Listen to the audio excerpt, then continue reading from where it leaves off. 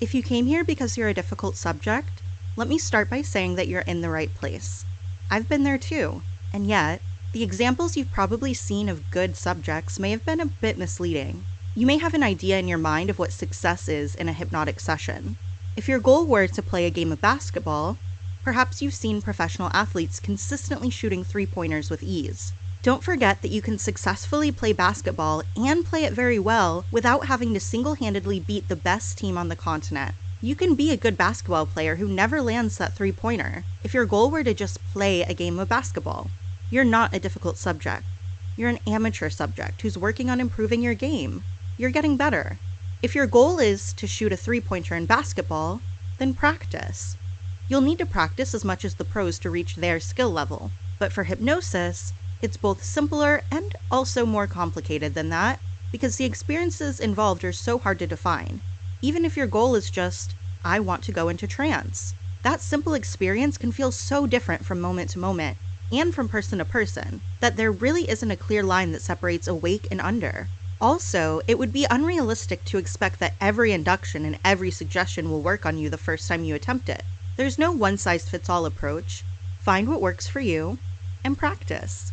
This file has lots of different inductions, but it won't help you find the best method. That's because we're cheating here. Each induction you go through will build upon the success of the previous one, bringing you progressively deeper as we try out the different options one after the other. And it may not feel the way you expect it to feel. That's okay. That can still count as success. So keep your expectations open in terms of the feel of this session. In terms of the content of this session, we can be very specific on the other hand. I'll ask you to give yourself permission to be hypnotized out loud, then we're going to run through a series of different hypnotic inductions, each designed to put you into a trance state. I'll wake you up slightly between most, but not all, of them. This repeated wakening and deepening is called fractionation, and it will make you more suggestible. I'll remind you that you have control over your trances, and that it's easy to go into trance. At the end is a wakener to bring you back to feeling refreshed and alert. That's everything. No surprises, no pressure, just a calm, pleasant trance experience, trying out different inductions. If you ever find you're not comfortable with something, it's easy for you to wake yourself up and turn off the file. There's no need to finish it unless you want to. You're in control the whole time. I can guide you as long as you'll let me, but following is your own choice. So settle in and get comfortable, my friend. This will be a bit of a roller coaster into and out of trance. Or maybe into and deeper still into and out of trance. We'll see. Let's have fun and see what works. Oh, and stray thoughts? Those are fine. Let them arrive, notice that you've thought them, then let them go. Don't try to stop stray thoughts. Think them, then let them go. Like bird watching. See the thought, then watch it fly away. Still comfortable and ready to begin? Make sure you're not just physically comfortable. It's even more important to be mentally comfortable. Do you trust the contents of this file? Do you trust that you won't be interrupted? Do you trust yourself to let go and just be you without worrying about your inhibitions? You should give yourself permission to let go and be hypnotized. Let me say that again. Give yourself permission to let go and be hypnotized. Say it out loud with me. I give myself permission to let go and be hypnotized. Once more. I give myself permission to let go and be hypnotized. Good. Let's begin, and you can go under at your own pace, my friend. Let me start by telling you a true story about camping. And it's okay if you notice that it's a metaphor. Or not. So close your eyes and listen to, as promised, a story about camping.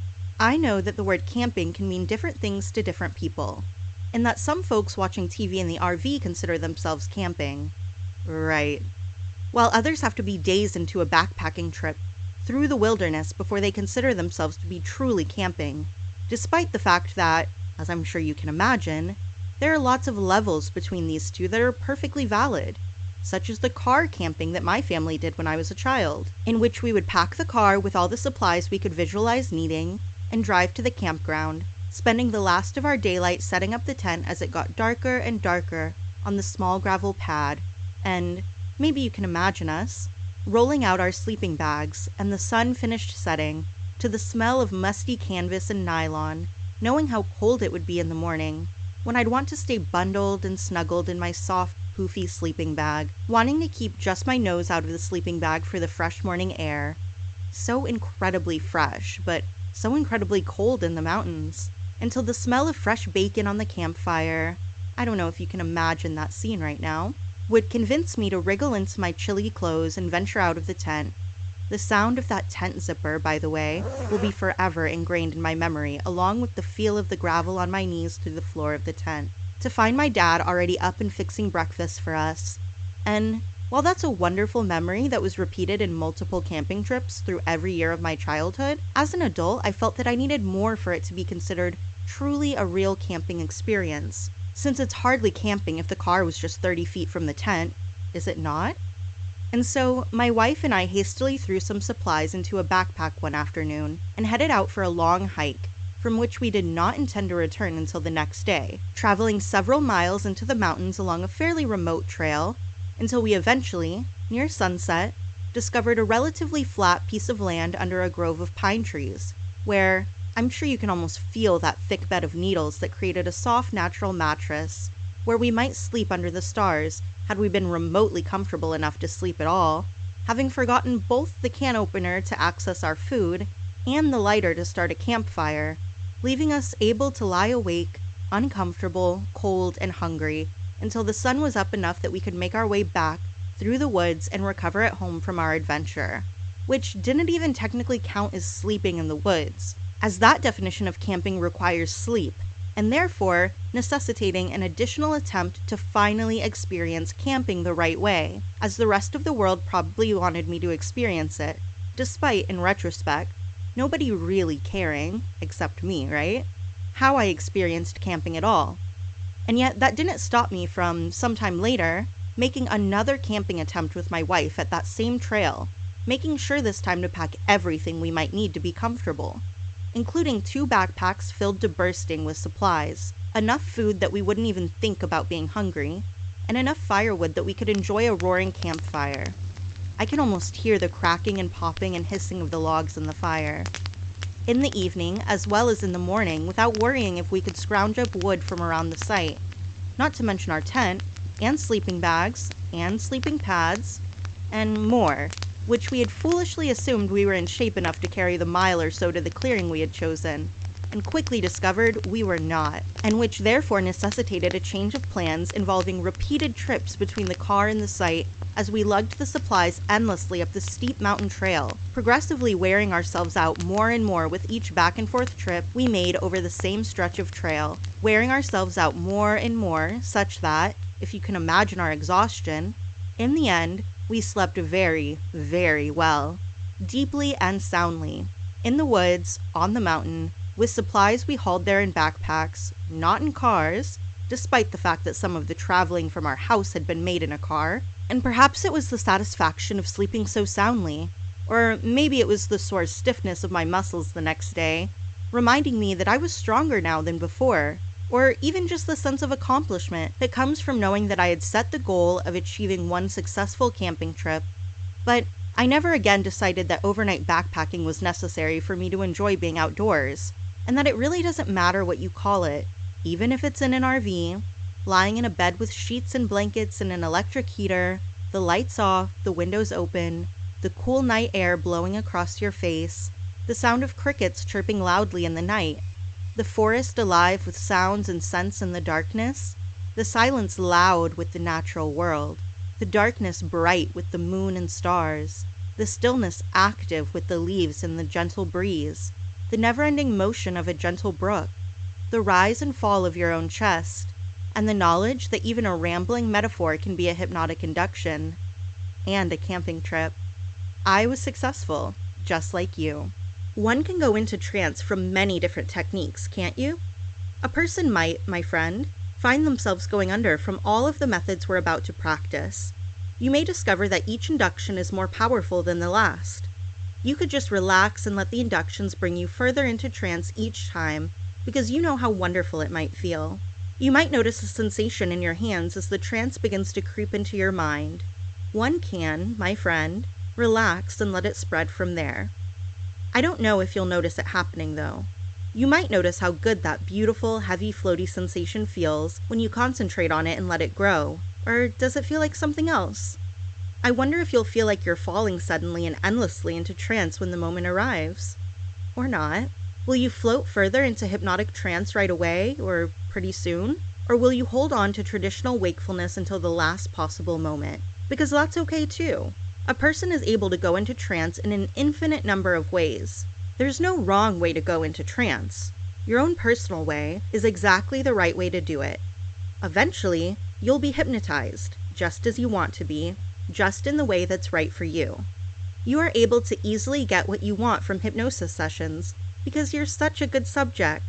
You've been practicing going under, right? You may or may not be able to tell just how deeply my words are affecting your subconscious thoughts already. People don't have to, my friend, feel deeply entranced to be deeply entranced. What happens when you accept that you're already hypnotized? Hypnosis is just a state of focus, and you're already focusing on my words. You may not know just how easily a well-constructed suggestion can influence someone, my friend, even outside of trance.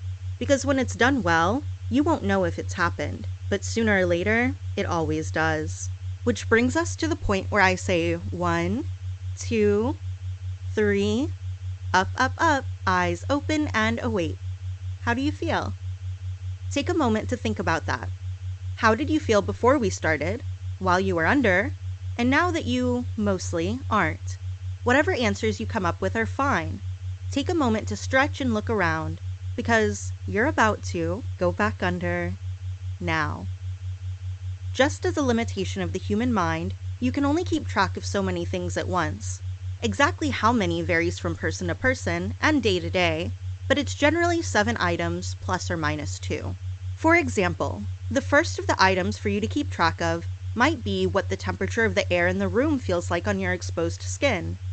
I wonder if you can close your eyes and think about that for a moment, noticing your own skin, thinking about the temperature, feeling the air. But now you could also think about the weight of your body on the surface that you're on. Maybe you'll notice how firm the surface is, or how and where your body rests on it. You could spend a moment thinking about the weight of your body on the surface that you're resting on, but don't forget to pay attention to the air temperature too, right? You have 2 items to focus on. That's fewer than 7 minus 2, so you're probably doing pretty well. But if not, that's okay. Perhaps that would mean that you're extra eager to go into trance, which is fine either way. Let's keep going and see what happens when you also focus on breathing. You are able to make sure that each breath in lasts exactly as long as each breath out, even though each breath in will probably be a little shorter than out, and that's okay. Just keep focusing on your breathing and the air temperature and the surface you're on and the sound of my voice. Pay attention, focus, and don't go into trance too quickly this time. That's good! Focus on the sound of my voice and the temperature of the air and the heaviness of your body on the surface. Don't forget your breathing, in and out at the same speed. We're at 7 minus 3, so now you can imagine how peaceful you must look resting there, and we've reached 7 minus 2, so you're thinking about 5 things now. So I wonder if you can also think about how your hands feel, or if there's anything you can do to make the expression on your face look even more relaxed, or the even steady pacing of your breathing, and the temperature of the air, and the weight of your body as you sink down into the surface that you're on. And it's okay if you forgot that you're also supposed to be focusing on the sound of my voice. Start noticing how your feet feel, and maybe how your eyes feel, the temperature of the air, the heaviness of your body, your relaxed expression, the feeling in your hands, how peaceful you must look, the feeling in your feet, the way your eyes feel, the sound of my voice, the regular pace of your breathing. Are there any other sensations you're experiencing right now? Because that has you focusing on 7 plus 2 items at once, which is 9 things to keep track of. The temperature of the air, the heaviness of your body, your relaxed expression, how peaceful you must look, the feeling in your hands, the feeling in your feet, the way your eyes feel, the sound of my voice, the regular pace of your breathing, any other sensations, the temperature of the air, the heaviness of your body, your relaxed expression, the feeling in your hands, how peaceful you must look, the feeling in your feet, the way your eyes feel, the sound of my voice, the regular pace of your breathing, any other sensations, hands, feet, eyes, air, body, expression, breathing, peaceful, voice, any other sensations. And of course, when someone tries to think of all these things at once, my friend, one is really just moving quickly from thought to thought rather than holding them all simultaneously. And that's okay.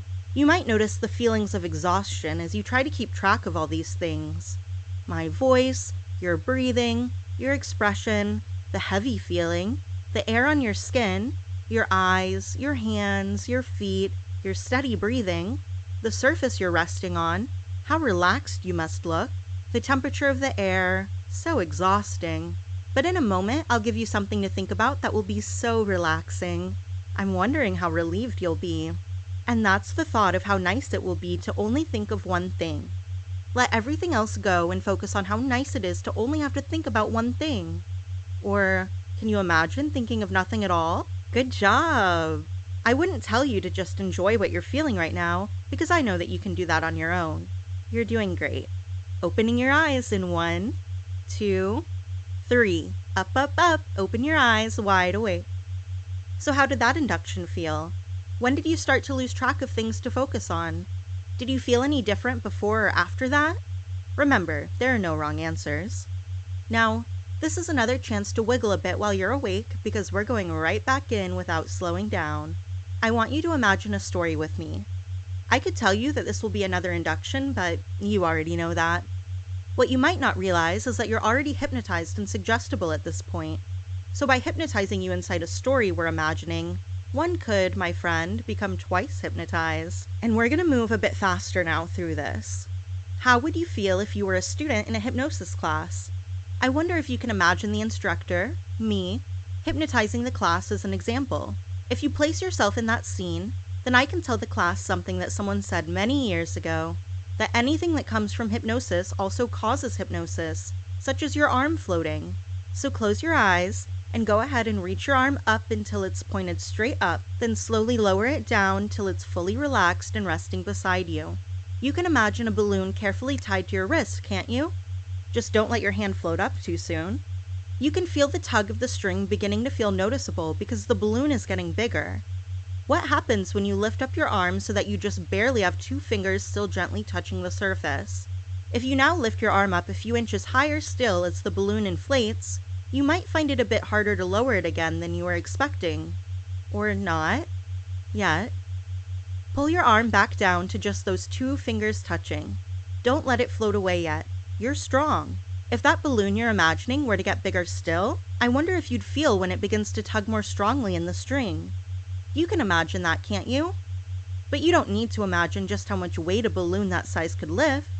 You can lift your hand again now just a few inches off the surface and try to hold it there, testing the pull of the balloon as it pulls more strongly. In a moment, you can relax and let it float upwards. You might notice how good it feels when you stop trying to keep your hand down and let it float up into the air. Lift your hand slightly, then relax and let it continue upwards just the way it wants to. Lifting, lifting, lifting. You might want to focus on the growing feelings in your arms and your hand. Now, reach up and stretch your hand up towards the ceiling. When I pop the balloon and your hand falls back to where it started beside you, a subject could, dear friend, take that as an invitation to drop deep into trance. Ready? You can let your arm drop because the balloon is gone. You can let your conscious thoughts drop because it's time to go into trance now, just as quickly or gradually as you're comfortable with. Imagine you're trying to hypnotize yourself with a pocket watch.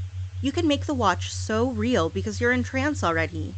I could tell you about the weight, and the way it swings, and the sound of the ticking, and how the light reflects off the surface, but these are all things you've noticed on your own by now, are they not? I've read that a famous hypnotist once studied the effectiveness of using a real pendulum to hypnotize someone compared to using an imaginary one, such as the one that's bringing you deeper under right now. Would you be surprised to learn that the imaginary one works better? That's because they can swing in exactly the right way to have the greatest effect. The subjects, my friend, were surprised when the pendulum started speeding up and slowing down suddenly and erratically in their mind as they dropped deeper. I don't know if yours will. They say that this works because hypnosis is all about turning your attention inward. The watch in your mind isn't real, but in your mind it is. In your mind, you're pretending to see a real watch. Your subconscious is actually seeing a pretend watch. I wonder what would happen if you can pretend that you're not pretending that it's real. Feel that sensation for a moment. Now get ready to open your eyes and wake up in 1, 2, 3. Up, up, up, eyes open, wide awake. Progressive relaxation is often a least favorite for many subjects, but it still works, so we're going to race through it at a lightning speed so you can feel it. Try not to go into trance until the end. Tense up the muscles in your toes, feet, and ankles, then relax them. Tense your legs and relax them. Tense your hips and relax. Tense your stomach and lower back, your chest and upper back, and relax them all. Tense your hand and forearms. Tense your elbows and upper arms, then relax. Tense your shoulders and relax them. Tense your neck, then relax. Tense your jaw and tongue and relax. Squeeze your eyes shut and tense the muscles around your eyebrows, your nose, your scalp, then relax them. Relax your whole body, and you can let yourself drop down into trance. Good. Rest. Now, waking back up in 1, 2, 3. Up, up, up, eyes open, wide awake. Stretch those muscles and make sure you're still comfortable because I have a question for you. Have you ever imagined owning a furniture store in a tall building? You've organized the furniture by color, and the top floor is full of white furniture. The store is closed today, and your favorite comfortable white chair is right there for you to rest in. When you can picture that chair, sit down and relax into it. It's easy to relax into a comfortable chair, is it not? But there's another chair downstairs that's even better. Stand up from your chair and ride the escalator down to the next level where all the furniture is yellow, and your favorite yellow chair is just a bit softer. Go ahead and sink down into the yellow chair. I don't need to tell you just how wonderful this chair feels, do I? But if you were to go down another level, then you'd find the orange furniture. And as I'm sure you know, a comfortable orange chair is waiting for you. So can you imagine riding the escalator down and finding your chair? If you sink down into the orange chair, then you'll find it's even more wonderful than you expected. I'm wondering if you noticed the beautiful colors in the clouds as the sun is going down. Perhaps you can see it through the windows from your chair, the beautiful orange colors that match this floor's furniture. But the clouds are getting darker, and it's time to move down to the red level. Down the escalator to the softer chair, just like the red clouds outside, getting darker as the sun goes down. A person is able to sink into a chair like this like getting wrapped up in a soft, fluffy cloud, supporting you weightlessly in its warm glow of the sunset. How good would that feel? But now you need to stand up and walk to the escalator. You might feel almost like you're in a dream as it brings you to a room of deep blue furniture. I wonder if you can see it in your mind, rich and dark like the night sky after the sunset. The chair is right in front of you, warm and inviting. You know this is the final chair. Take a deep breath and relax into the night sky colored chair, sinking, sinking, sinking into the sky. Take a moment to float and drift and rest. Then open your eyes on 1, 2, 3. Eyes open, up, up, up, wide awake. Wiggle and shake because we're taking the faster route back down. No chairs, no escalator. We're taking the elevator, and it starts on floor 10. It's easy to imagine the sensation as it starts moving downwards, isn't it? I wonder if you can focus on that feeling. 9. You can see the indicator showing what level you're on. You may be able to hear the gentle ding when you pass a floor, can you not? 8. Going deeper, picking up speed. 7. Down, down, down. 6. Once you're on the elevator, there's no way to resist going down with it, is there? 5. Halfway to our destination. 4. Down and down as it goes. 3. You may find yourself relaxing deeper than before. 2. I wonder if you can feel the elevator slowing down as it approaches the end. 1. The elevator dings as the doors slide open. I wonder what your mind has decided to put in the room outside the elevator. Step out of the elevator and into your subconscious mind. Here's where we can have lots of fun together. Relax and enjoy your time here. This is a good time to remind you that you're always able to reject any suggestion that isn't safe or made with your best interest in mind. You can always wake yourself up peacefully and happily from any trance if you start experiencing anything unpleasant. I doubt you'd be surprised to learn that you're also getting better and better at letting go and going into trance. You're discovering just how easy it is to relax into hypnosis when your hypnotist presents you with the opportunity, such as we practiced in this file several times. You'll find that your mind will remember just how good it feels to enter a hypnotic trance and experience hypnosis to its fullest, no matter what that feels like to you. Now I'm going to wake you up nice and slowly, counting all the way to 10. 1, 2, 3. Taking deep breaths, letting the fog clear as your thoughts become clear and strong. 4, 5, 6. Deep, clarifying breaths. Open your eyes and notice your surroundings. Breathe in the air around you. 7, 8, 9. Wiggle your fingers and toes. Breathe and blink your eyes. Move your arms and legs just a bit. Get those muscles working. And 10. Wide awake and alert, happy and safe, right back where you started. Keep taking those deep, clarifying breaths to focus your mind and wake you up, up, up.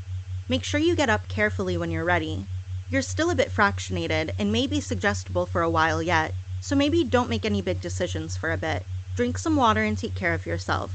You did great going in and out of trance in the way that is exactly right for you with your current situation and experience. Your response this time was perfect, and it'll be perfect next time. You're a wonderful subject. I hope you had fun.